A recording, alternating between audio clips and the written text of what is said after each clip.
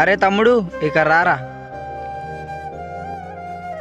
చెప్పనా, వస్తున్నాగు.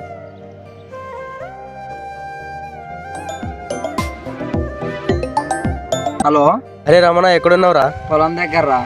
అరే రేపు ఆదివారం కదరా, అందరూ పార్టీకి వెళ్తున్నాం, వస్తావా? పనులు ఉన్నాయిరా. అరే రేపు అంతే కదరా, రారా. రాలేను రా, చాలా పనులు ఉన్నాయి. అరే నువ్వు ఎప్పుడు చూసినా రాలేనంటావు, ఎందుకురా? రారా రేపు అంతా ఎలాగో అలాగా. చెప్తే అర్థం చేసుకో, రాలేను. సరేరా, నీ ఇష్టం.